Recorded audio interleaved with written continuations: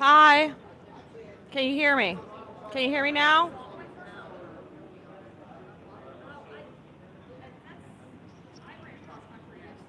How do I work this thing? Just want to clip it on you? Yeah. Do I have to talk to my shoulder? No, it'll pick up good. Good. Get up to take off. Are you gonna play a video on there? I might. Okay, we'll just put that. I'm next gonna to let that. them decide what we want to do.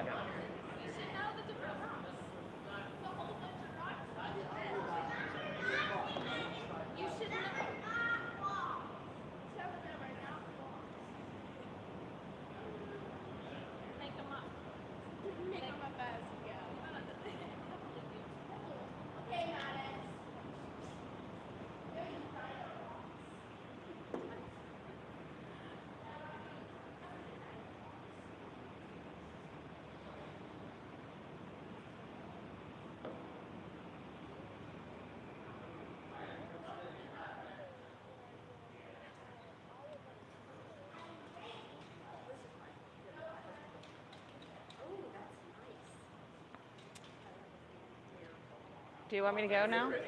Okay. We haven't met for 2 weeks.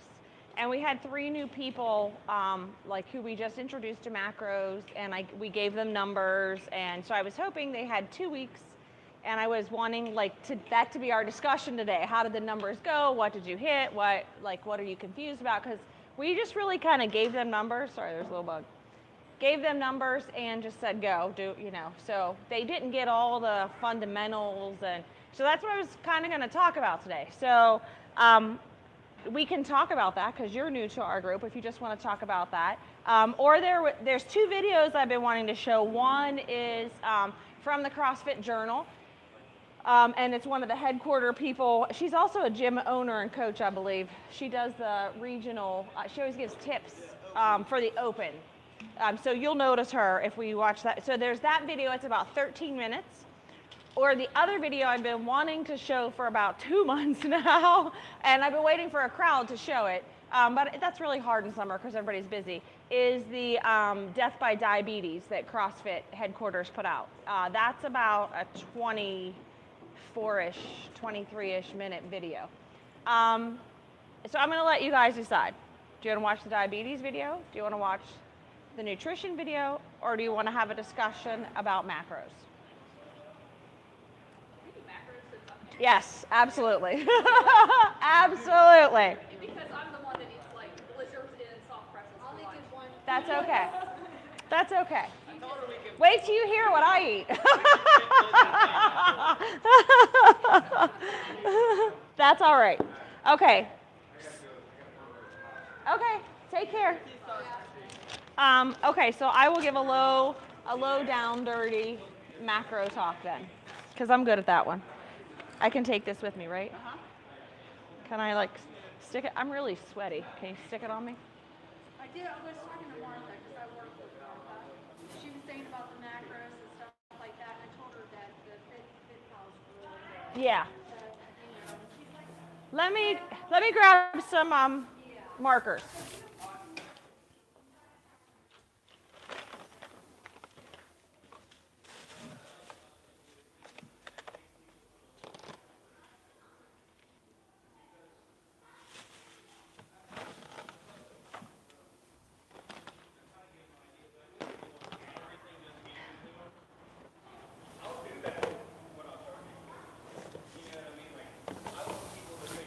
Okay, so markers are gone and eraser's gone, but that's okay. There's some here. I'm just going to take them home is what I'm going to do.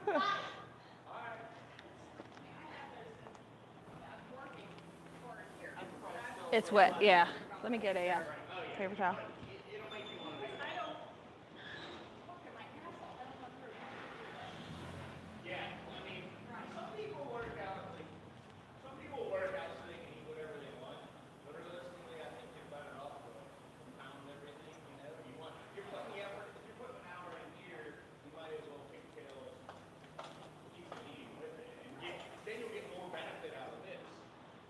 Thanks.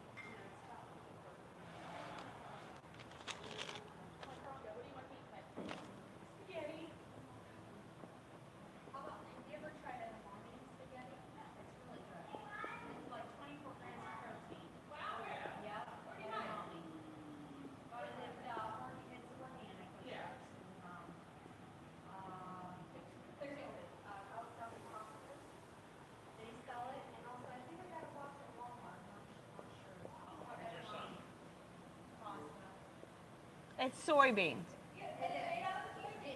That's what edamame is. It's really good. I mean, the texture and everything. Pretty much. Well, when you start cleaning up your palate, then things don't taste. Yeah. All things don't taste good. You eat sweet stuff all the time, and regular people, they say Breaks you down. Yeah. you get better options. I like sweets, but I like salt. I used to, when I was training for a half marathon back in January, I started eating chips, and when I processed a lot of stuff, I stopped eating, and, I'm craving that, so. It's discipline. What do you want? Right. You know, if you're gonna go for this new healthy living lifestyle, what do you have to do? What kind of work do you have to do so that, you know, what are your goals?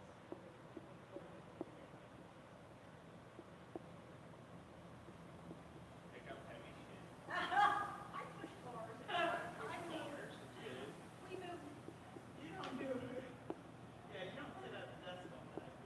No, we have 59 wheelies that my dad bought. We had to lift them out. I'm like, seriously, guys? So, I mean, not like I just sit all day. Barn and last night from doing all those push presses. I was maybe that's not my type. I like I could like top of my legs, but like the muscles are just gonna rip. Just shred apart right now. And that's all I did because I wasn't here last night. And I didn't even realize that through halfway through the day yesterday, I had to run across one side of the shop to the other, and I was like, oh. That hasn't hurt forever.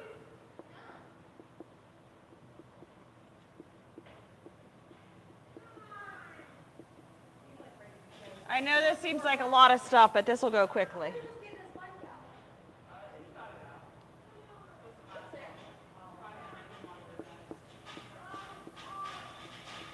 Guys, stop. You're being annoying. It's her birthday.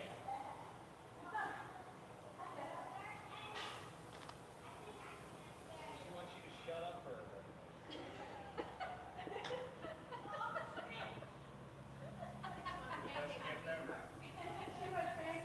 That's why I asked you for your birthday.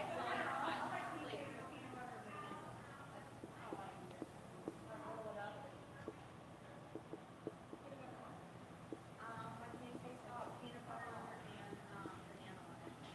Why is this I funny? can spread like a half inch, like tablespoon of peanut butter pretty thin.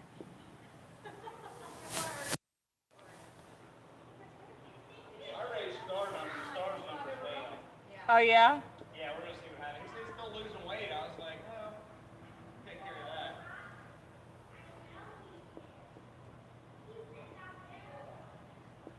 My hair goes thing.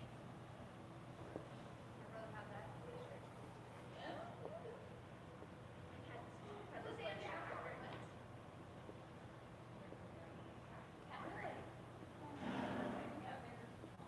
Oh, yeah, yeah. Yeah, I've heard that. Yeah. My mom has anyways, but it. Got Josh eating more. He said he felt a lot better today. He looked like he felt better. The other day he left. You know, it is what it is. That doesn't define who I am. Yeah, it does. Get out of your head. I already told him that. I love to hate you, brother. Grace. Theo brought it. He's like, you're gonna love me, but you're not gonna hate me anymore. I'm like, today's not that day. Today's not that day. Yeah. Amy hates me every day. And that's a white husband thing, though. I mean, really. There isn't a day that doesn't go by that I don't punch Lenny in the throat. Okay, I know this seems like a lot, but we're going to go through this quickly, okay? Absolutely. Okay, so when we talk macros, what macro means is your macronutrients in your food, the big nutrients in your food, which is protein, carbs, and fat. Everything else is a micronutrient, your vitamins, your minerals, some amino acids, because some of those are proteins. So that's it. Macros in a nutshell. Proteins, carbs, fats. And it's how we eat those, in what proportion of each of those that determines Three things. How do I look? How do I feel? How do I perform? Okay, those are the three things when we do our macros. So say we give you, we're going to give you a set of macros in grams. Grams of protein, grams of fat, grams of carbs to eat. I did that 2 weeks ago. We gave them those numbers. We said, get MyFitnessPal, plug your foods in that you eat, start tracking those numbers. And they all left, and I was in here cleaning up, and about 5 minutes later, what's his name, came walking back in, Jamal, and he goes, I just have a question. And I said, yeah. And he goes, how do I track what I'm eating? He's like, do I have to, should I weigh this stuff? And I'm like, yes. You should most definitely, and somewhere in here, I think I have it, you need to get a food scale. They have them for $24 at Walmart or at Target. They have them at Walmart. Get a food scale. If you are going to be consistent and need to know where you are, you have to track this every day, consistent tracking, and hitting these numbers plus or minus 5. So by that, what I mean is if we tell you that you have to eat 140 grams of protein, say, 160 grams of carbs, and maybe 72 grams of fat. Hitting that plus or minus 5 every day. So at the end of your day, you can have 135 protein, you can have 145 protein. That's plus or minus 5. That's as much leeway as we want you to take. Same thing with carbs, same thing with fat. Consistent tracking means you have to put into MyFitnessPal and track everything that you're eating. And initially it is very time consuming because you're not used to MyFitnessPal and you're spending a lot of time putting everything in there, including what you're drinking, including your condiments. Things like mayonnaise have fat in it. Things like ketchup has carbohydrates in it. So you have to track that stuff, okay? And the whole key to staying consistent is so that after you do this for 2 weeks, you can say, okay, this is how I look, this is how I feel, this is how I perform. And according to those things, not the number on the scale, even though that's what most people are trying to achieve, gaining muscle or losing fat, these are our best predictors. Over time, you are going to see the scale change, and it may not change in your favor. You may, usually when people first start tracking macros, believe it or not, it's a lot of food. And it's the first time ever on a diet. That's why we don't call it a diet. It's a lifestyle. People usually come back and say, I can't eat all that. I can't eat that much. And we're like, what? It's the first time in a diet ever because most people are saying, I'm hungry. I need more food. You will definitely get enough food on this. It's going to be more food than you've ever ate, even if your goal is to lose weight. It's still, most people are under eating. Believe it or not. So, consistent tracking, we'll ask these things. After 2 weeks, you say, you know what, I'm really tired. I'm hitting my numbers consistent, but I'm tired. I'm having trouble sleeping. I'm not concentrating well during the day. I just don't have energy to get through my workouts. We need to change something here. You may be somebody who needs more carbohydrates. You may need more fat. Some people are, most of us are more, we use our carbohydrates readily for energy. Some people are better fat adapted and they can use fat better for energy. It just depends on how you've been eating. So that's why you have to track consistently. If you're eating 100 carbs or 100 grams of protein one day and 140 grams of protein the next day, and 112 one day, and 170, in 2 weeks, it's really hard to say, is it your protein that's holding you back? Consistency is key, because then we can say, okay, this is what we need to change in these macros to help you. Or this is what we need to leave. Leave it there. You're doing great, you're feeling great, you lost an inch, you have more energy. The things that we think about, yes, the scale is important, but these 3 things, you will hear me harp on these over and over and over. How do I look? How do I feel? How do I perform? Are things going well in the gym? Are my lifts going up? Do I have the energy? How do I feel? There's a whole lot in that. Are you hydrated? Are you sleeping well at night? Is your skin clear? Has it cleared up? Has it gotten worse? How is your sexual drive? If you're working out too hard in the gym and you are adrenally depleted and you're not recovering with rest and fuel, usually no sex drive. And I mean that if you're somebody who's like, hey, I used to like have sex all the time and now I couldn't give a shit, that's a problem. I mean, that's a problem. So that's a problem. I don't know. Am I the only person? That's a problem. But so, I mean, truthfully, that maybe not women, but a lot of guys, that adrenal fatigue, they're in the gym pounding it out, and they can't figure out why am I not getting better. You're never taking a rest day, and you're not fueling appropriately. So, but it affects women as well. Changes in your menstruation, things like that. Like if you're being affected, we need to fix something. And then how do I look?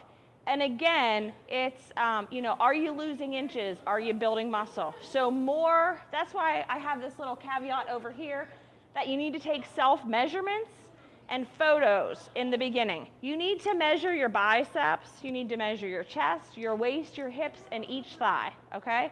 Because in 2 months, when you come to us and you say, oh my God, I gained 6 pounds, what the hell is going on? The scale is going up. And I say, how do your pants feel? How does your shirt feel? And you're like, well, and we recheck your measurement in 4 to 6 months, and you've lost 3 inches in your waist, but your thighs are an inch bigger. It's probably that they're more muscular. The same thing, your shirt's tight. You're getting a little bit of bicep going on there. Or maybe you're getting bicep here, but you've lost some fat in here. So it's going to be smaller because of the fat loss. So it's really important to take a picture so that in 2 months, when you're going, okay, I've been doing all this work and the scale hasn't changed, but you look at that before picture and now, and you kind of start to see the contouring. Because eating macros and working out, doing CrossFit, that's what you're going to get is contouring, okay? That's what should happen. So you need to take those self-measurements, photos, and you need to be tracking either your food in MyFitnessPal or doing some kind of journaling. You should be tracking your workouts. If you're not tracking your workouts, then you don't know how your progress here in CrossFit is going, okay? We don't repeat too many workouts often, but some we will repeat. Some of those benchmark workouts, and you want to be able to say, okay, the first time I did Fran, I did it in 11 minutes, and the second time I did Fran, wow, I did it in 9 minutes. You cut 2 minutes off your Fran time. There are people who are doing Fran in under 3 minutes, I think 2 minutes and something. So consistent tracking. Are you having cheat meals or weekends? And I am a big offender of this. I'll be the first. I'll be the first to admit that. If you break it down, when all the macro gurus talk about it, your weekends, is your weekend Friday, Saturday, Sunday? Is it Saturday, Sunday? 3 days out of a 7-day week is a third of your week. So if you're eating good 2/3 and you're screwing it up a third, you're using the next third to get yourself back in. So it really screws you up. So that was going to put me into actually number 12. You can eat anything you want. You can't eat everything you want. So what we say in eating macros is, if you're somebody who is like, I can't live without Oreos, find a way to healthily, in a healthy way, to fit an Oreo into your diet. Every Saturday morning before I come in, I have one Sarah's chocolate-covered Oreo with my coffee. It makes me feel good. It makes me feel happy. The chocolate makes me feel good. I like the way it gets all melty in my coffee. I don't know. It's just it's a sexual moment or something. Everything is based around food and sex in my life. I'm sorry. But it just makes me feel good, okay? And I have found that is one thing I can eat one of and stop, and I feel really great. I love potato chips. I can't eat one serving of potato chips and stop. So I know that sometimes that needs to be off limits for me, okay? I know that's something, I can eat anything, I can't eat everything. So I have to tell myself maybe the chips need to be off limits. If you're somebody, you want this to be a lifestyle. We always say, you don't want to be the asshole at the birthday party going, no, I can't have cake. No, I can't have pizza. And everybody's sitting there going, who wants to live a lifestyle where you can't have anything and you got to sit at the party and be the asshole who's like, you don't want to be that person. Don't be that person, okay? Live your life, have a good time. Your grandmother makes lasagna and your big family goes over every Sunday and has lasagna dinner. Go have that. Grandma's not going to be here forever, but find a way to fit it in your numbers. Can you eat half a pan of lasagna? No. Can you eat the big piece you're used to eating? Probably not. Have a half a piece. You might be able to have the big piece, but guess what? You can't eat the half a loaf of bread that you were eating with it, or even a breadstick. You might have to say, I can't have the breadstick, but I can have a big piece of lasagna. You can fit the salad in. Things like that. Have a little bit of healthier dressing, not, really fatty dressing or something. So what you want to do is people always say, I don't know what to eat. Eat what you love to eat. If I try to change your lifestyle and tell you what to eat when you're somebody who's like, I don't like to eat grilled chicken, I don't really like fish, then you're not going to stick to it.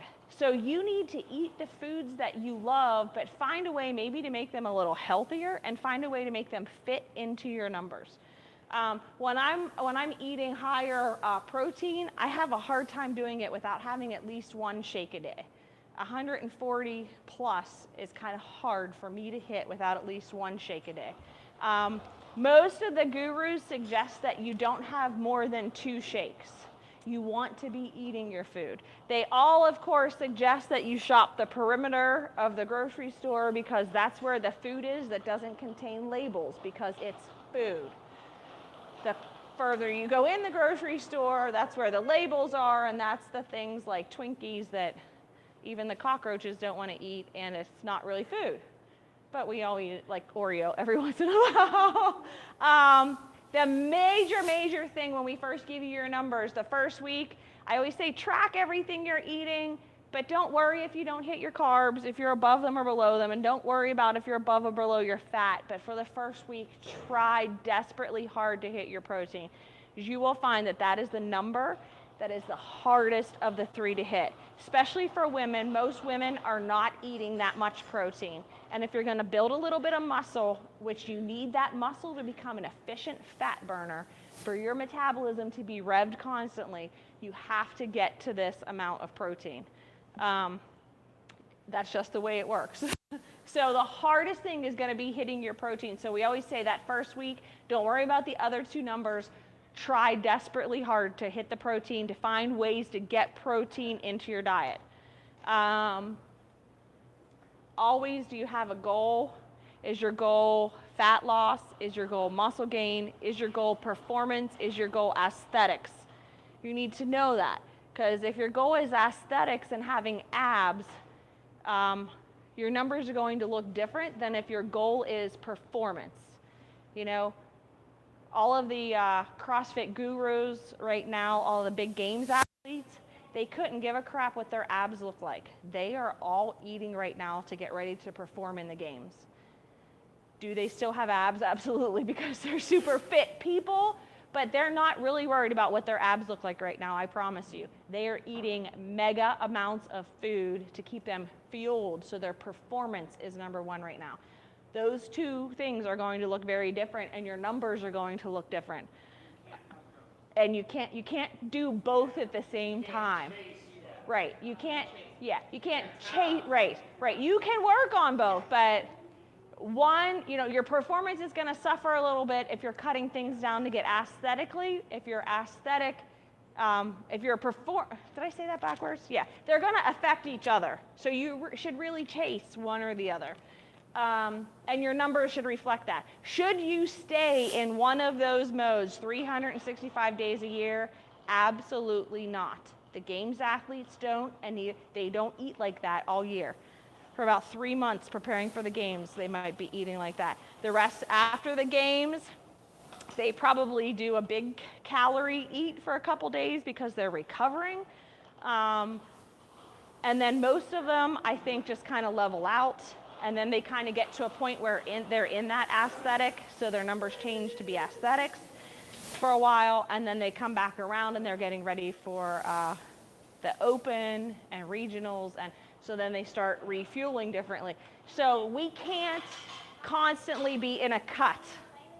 You know, if your macros are designed for you to lose fat, you're gonna be in a deficit. You have to be in a little bit of a caloric deficit to lose fat.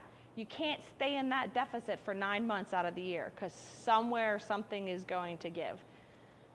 The same thing, bodybuilders, when they're building, they're not eating like that for 9 months out of the year.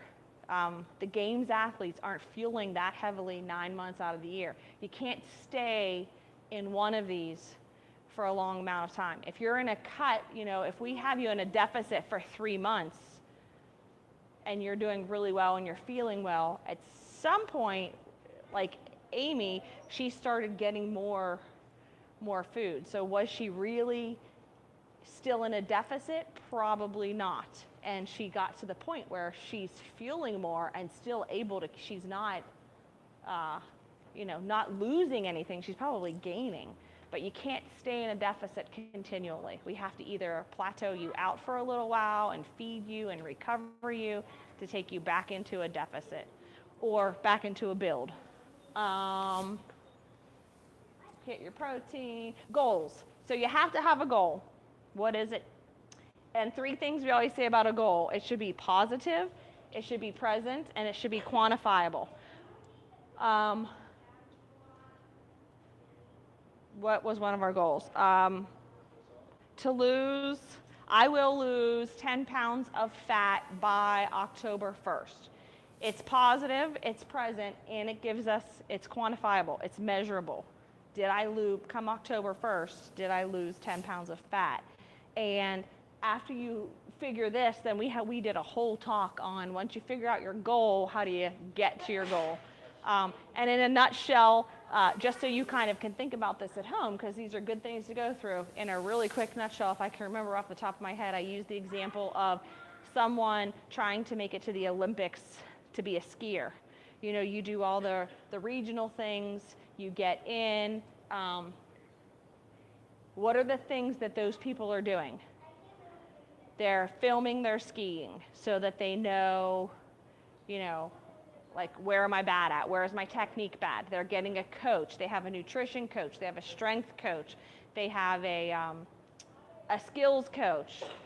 They have someone that's working with them nutritionally. The nutrition coach is telling them not only how to fuel to ski, but how to fuel to recover. They're watching videos of other skiers to see what are they doing that I'm not doing? Why are they winning gold medals? Maybe I should be watching them.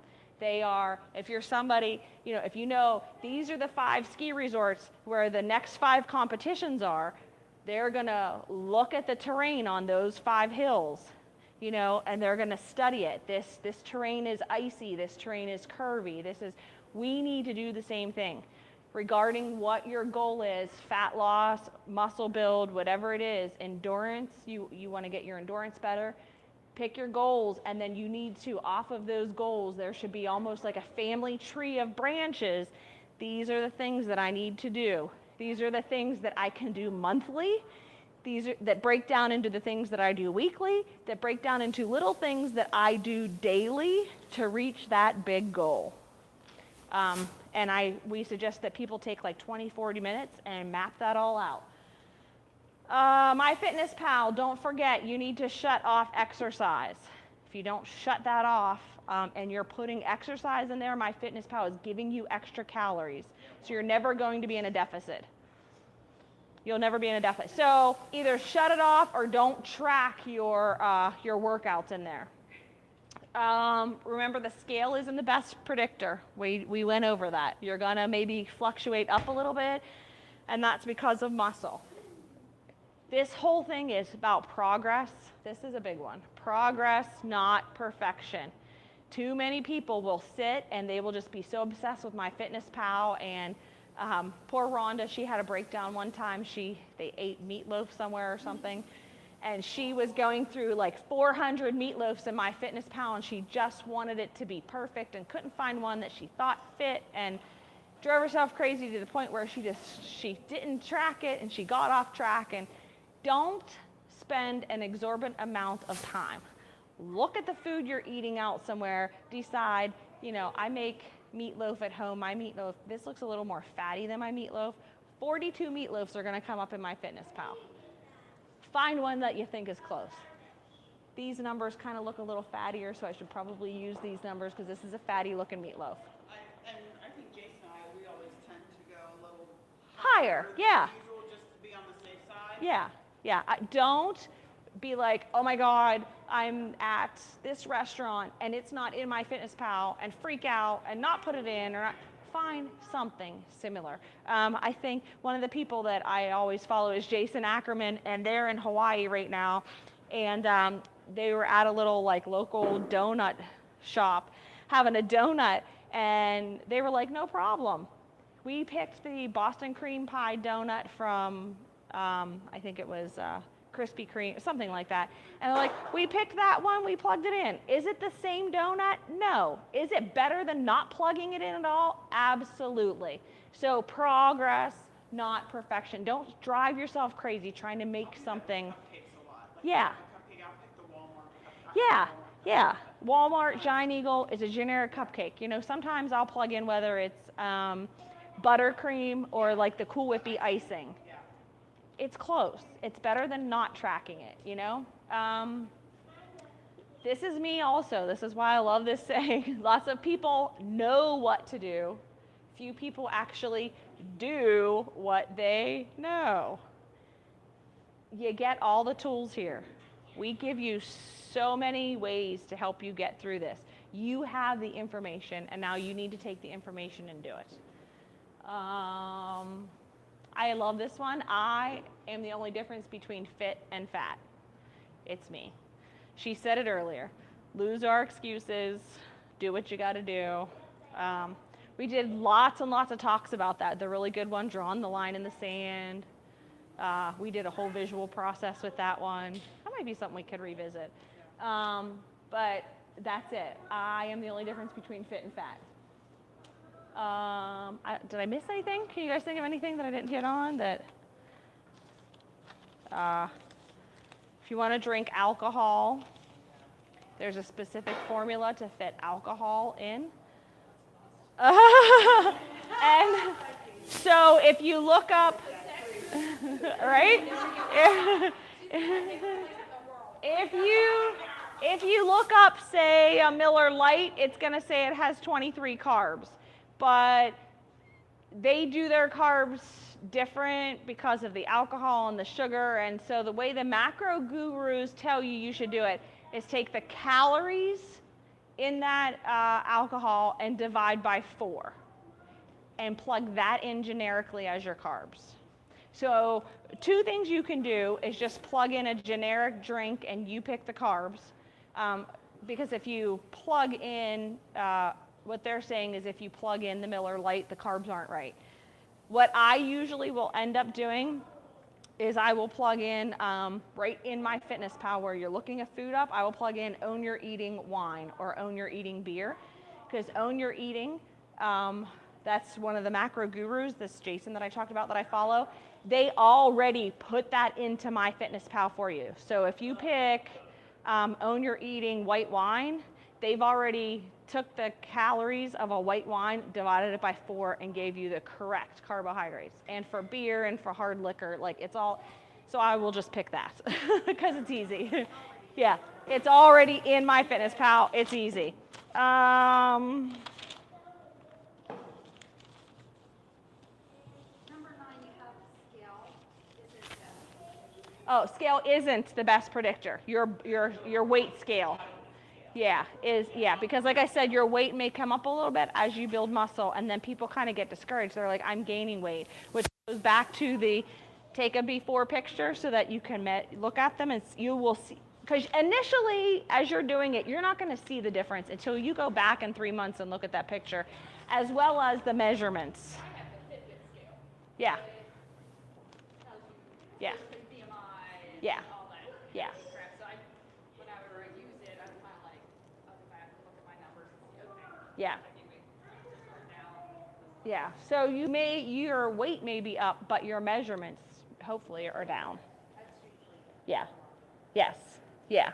Yeah, because even with the running, you're building muscles in your legs and stuff. Yes. Yes. Yeah. But they're more contoured. If you look at the picture, they're not that jiggly fat. They're more contoured. And that goes back to the whole, does muscle weigh more than fat? A pound of muscle is the same as a pound of fat. They're both a pound, but if you look at them, a pound of muscle is more contoured than a pound of fat. Yes. Yes. They're the same. They're each a pound, but they look very different when you look at them. So the same thing. That's it. That is macros and everything that goes with it in a nutshell. In a very quick nutshell. Any questions? Any comments?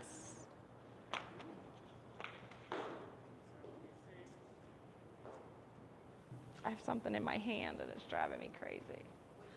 I don't know, I have something in my hand. Like a little jagger or something.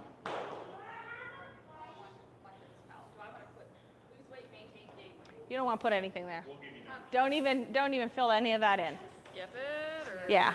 So do you have the do you have the free version or the upgraded Free version? version for now. I just downloaded it Okay. while you were Oh, talking. okay, yeah. So I highly suggest you do the upgraded version just because it will make your life so much easier. Because then you